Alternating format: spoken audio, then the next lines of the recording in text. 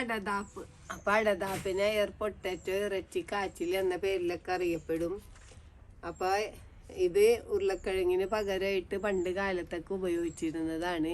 പിന്നെ പോർച്ചുഗീസുകാരാണ് ഉരുളക്കിഴങ്ങ് നമ്മുടെ നാട്ടിൽ കൊണ്ടുവന്നത്. അപ്പൊ അടതാപ്പിന്റെ ഒരു പ്രത്യേകത എന്ന് പറഞ്ഞു കഴിഞ്ഞാൽ ഷുഗർ പേഷ്യൻസിനും കഴിക്കാം അടതാപ്പ്.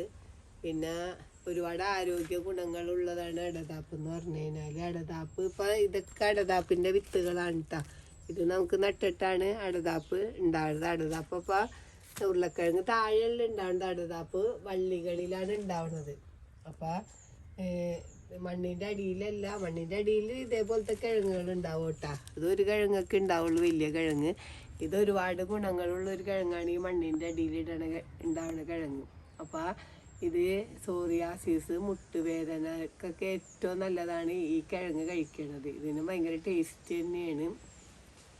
പിന്നെ അടതാപ്പ് കണ്ട, അടതാപ്പ് എന്ന് പറഞ്ഞു കഴിഞ്ഞാൽ ഇപ്പം നമുക്ക് ഇതിൻ്റെ ഒരു പുറം ഭാഗത്ത് തൊലിയുണ്ട് കണ്ട.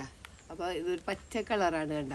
അപ്പോൾ നമുക്ക് കറി വെക്കുമ്പോൾ ഈ പച്ച നമ്മൾ എല്ലാം കളയണം, എന്നാലാണ്, അല്ലെങ്കിൽ ഇതിനൊരു കയ്പ്പ് രസം പോലെ ഉണ്ടാവും കേട്ടാ. പക്ഷെ നമുക്കിത് വറുത്തരച്ച് കറി വെക്കുകയാണെങ്കിൽ അല്ലെങ്കിൽ ഇറച്ചിക്കറിയിലൊക്കെ ഇടുകയാണെങ്കിൽ നല്ല ടേസ്റ്റ് തന്നെയാണ്.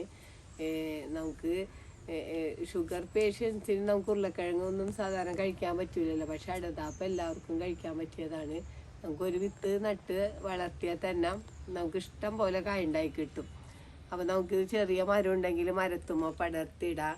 അല്ല എങ്കിൽ നമുക്ക് പന്തലിട്ട് കൊടുത്തിട്ട് പന്തലിൽ പടർത്താം. ഇപ്പോഴാണ് അടതാപ്പൊക്കെ നടന്ന ടൈം കേട്ടാ. മാർച്ച് ഏപ്രിൽ മാസത്തിലാണ് അടതാപ്പൊക്കെ നടേണ്ട ടൈം. അപ്പോൾ മഴ വരുമ്പോഴത്തേനും ഇത് പടർന്ന് പന്തലിൽ കയറിയിട്ട് നമുക്ക് പെട്ടെന്ന് തന്നെ ഒരു ഓഗസ്റ്റ് മാസത്തോടുകൂടെ തന്നെ നമുക്ക് കായകളൊക്കെ ഉണ്ടായി കിട്ടും. കായകൾ പാകമായി കഴിഞ്ഞാൽ മരത്തുമലൊക്കെ ആണെങ്കിൽ തനിയെ താഴേക്ക് വീണ് കിട്ടും. അപ്പോൾ നമുക്ക് എടുക്കാം. അല്ല എങ്കിൽ നമുക്ക് പാകമായെന്ന് തോന്നുമ്പോൾ നമുക്ക് പറിച്ചെടുത്ത് ഉപയോഗിക്കാം. അപ്പോൾ നമ്മുടെ വീട്ടിൽ എളുപ്പം കൃഷി ചെയ്യാൻ പറ്റിയതാണ് അടതാപ്പ്. അടതാപ്പൊക്കെ പന്യം നിന്ന് പോയിക്കൊണ്ടിരിക്കുന്ന ഒരു കിഴങ്ങ് വർഗ്ഗമാണ്. അപ്പോൾ നമ്മൾ അടതാപ്പിനെയൊക്കെ അന്യം നിന്ന് പോകാനായിട്ട് നമ്മൾ ഇനി അനുവദിക്കേണ്ട. നമുക്ക് വിത്തുകളൊക്കെ ഇന്ന് മേടിക്കാൻ കിട്ടും. അപ്പോൾ വിത്തുകളൊക്കെ മേടിച്ചിട്ട് നമുക്ക് നമ്മുടെ അടുക്കള തോട്ടത്തിൽ നിന്ന് എല്ലാവരും അടതാപ്പ് കൃഷി ചെയ്യണം. അടതാപ്പ് ഇപ്പം നട്ട് വളർന്നതിനെ നമ്മൾ അടിവളം ഇട്ട് ചാണകപ്പൊടി, എല്ലുപൊടി, വേപ്പിമണ്ണൊക്കെ ഇട്ട് കൊടുത്തിട്ട് നമുക്ക് നട്ടു കൊടുക്കാം. പിന്നെ സ്ലറി രൂപത്തിലുള്ള എന്തെങ്കിലും വളങ്ങൾ ഒഴിച്ചു കൊടുത്താൽ മതി. വേറെ പ്രത്യേകിച്ച് പരിചരണങ്ങളൊന്നും വേണ്ട.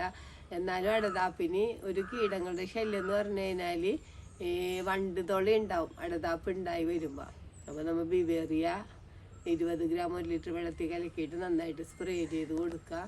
പിന്നെ വേറെ പ്രത്യേകിച്ച് പരിചരണങ്ങളുടെ ആവശ്യമൊന്നുമില്ല. നമുക്ക് ഗ്രോ ബാഗിൽ കൃഷി ചെയ്യാം, നമുക്ക് ചെടിച്ചട്ടിയിൽ കൃഷി ചെയ്യാം, നമുക്ക് താഴെ കൃഷി ചെയ്യാം. പിന്നെ ഒരു വള്ളി ഉണ്ടെങ്കിൽ ആ വള്ളിമേൽ പടർത്തി ഇട്ടിട്ടായാലും നമുക്ക് അടതാപ്പ് കൃഷി ചെയ്യാം കേട്ടോ.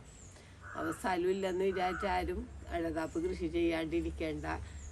ഈ വീഡിയോ പറ്റി എന്തെങ്കിലും അഭിപ്രായങ്ങളോ സംശയങ്ങളോ ഉണ്ടെങ്കിൽ വീഡിയോക്ക് താഴെ കമൻറ്റ് ചെയ്യുക. വീഡിയോ ഇഷ്ടപ്പെട്ടാൽ ലൈക്ക് ചെയ്യുക, വീഡിയോ ഇഷ്ടപ്പെട്ടാൽ ഷെയർ ചെയ്യുക.